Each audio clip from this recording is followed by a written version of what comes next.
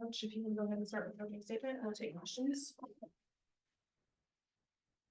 Well, disappointed, felt like, our spirit, our energy level was not where it needed to be. As I said, to the kids, like, we could bottle up some of that we get in the hall and bring it on the road with us. Really felt like we had opportunities today to, we got off to a decent start, but, too many turnovers, too many offensive rebounds that we gave up at critical times. I know the rebounds were even, but the 11 O boards, those offensive rebounds came at very critical times.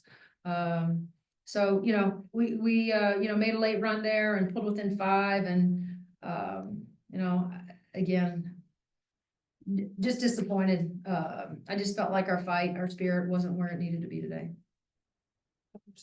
Why do you think it wasn't there? It's a good question. I'm not sure. That's a really good question.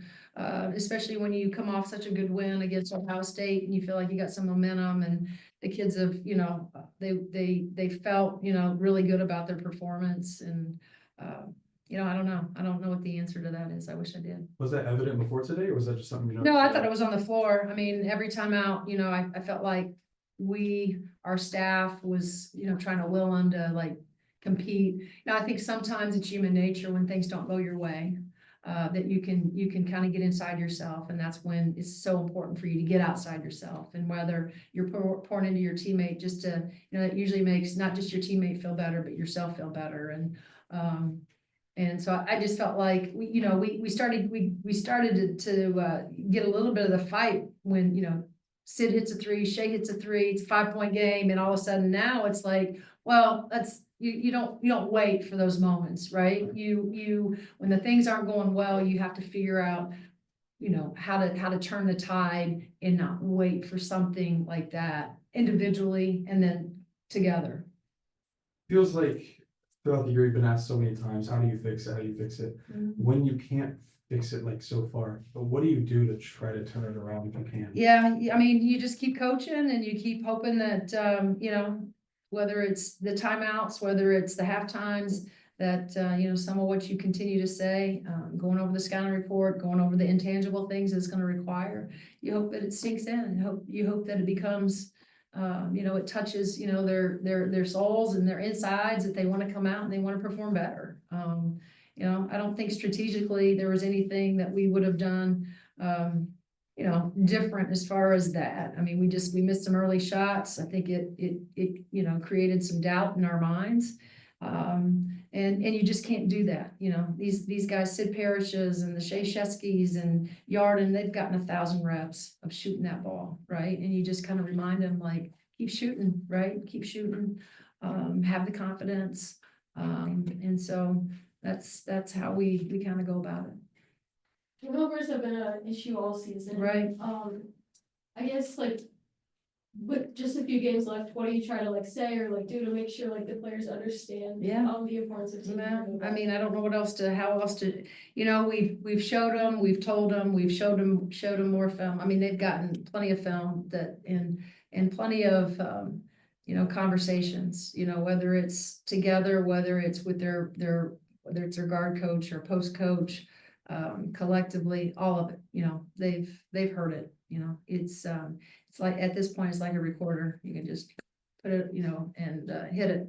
They've heard it so much. And so, they know the importance. I just, like I said, I'm not sure sometimes why, that knowing the importance of coming in here and not turning it over, just like the other night, was going to be so important to the win. So, trust me, the questions that you guys ask, if I had the answers for all of it, man, I'd try to fix it, right? I really would, because I want them to have the success because they're great kids and they work hard. And but some things I'm still a little bit perplexed by. When it doesn't sink in and get to them, how frustrating is that for you? Yeah, it's frustrating because you realize that the possessions matter. When we're turning it over, that means we're not getting a look at the rim. And a lot of times when you're either behind or you've fallen behind, it's because that other team has gotten more shot attempts. it's, as I said before, it's easy math. And I'm not great at math, but I understand when you turn the ball over and you don't get shots and you give it to the other team, there's a good likelihood that they're gonna probably get more shots than you. Whether they go in or not, is another story, but nonetheless, they get more shots than you. And teams that get more shots than you have a better chance of winning. When you kind of show your frustration with the refs, how much of that is actually being like frustrated with them, or more so just being frustrated with your team? Oh, no, I was frustrated with the officials. Yeah. Yeah. Thought there was a lot of, it was very physical out there today.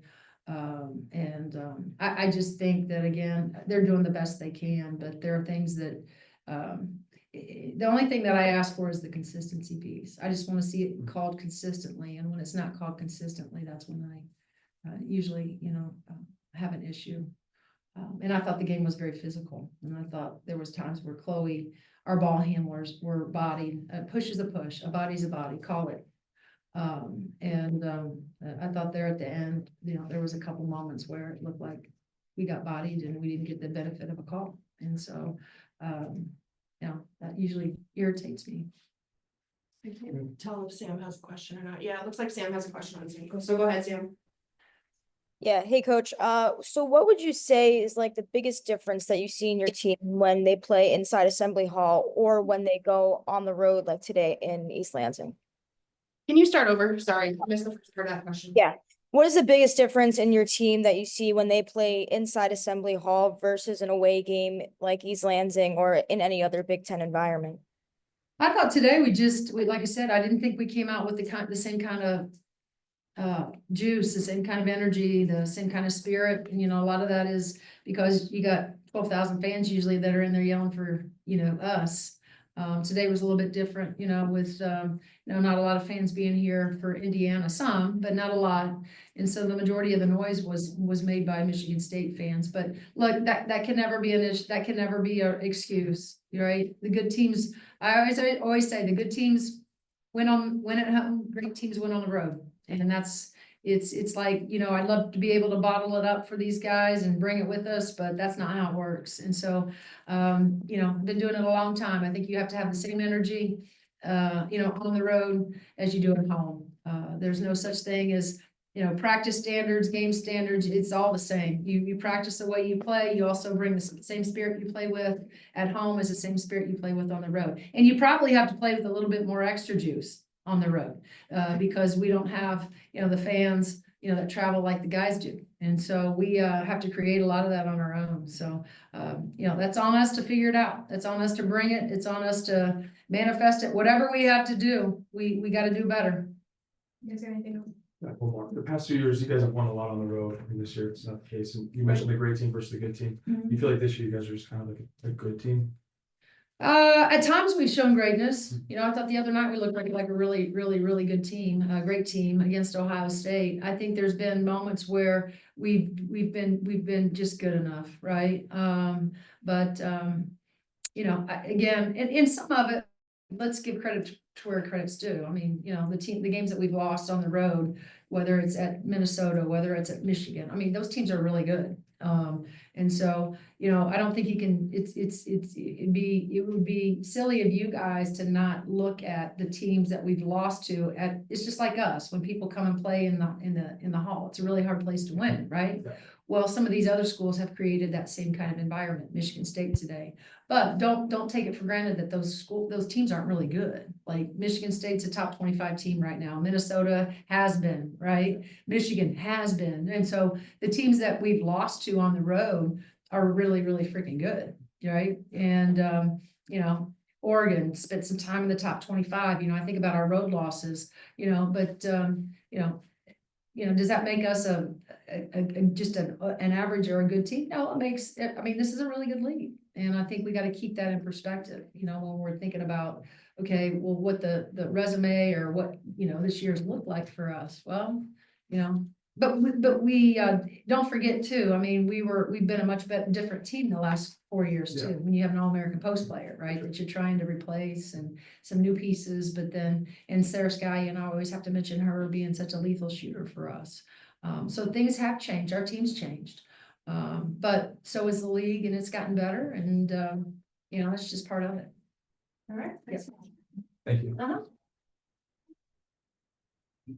Thanks.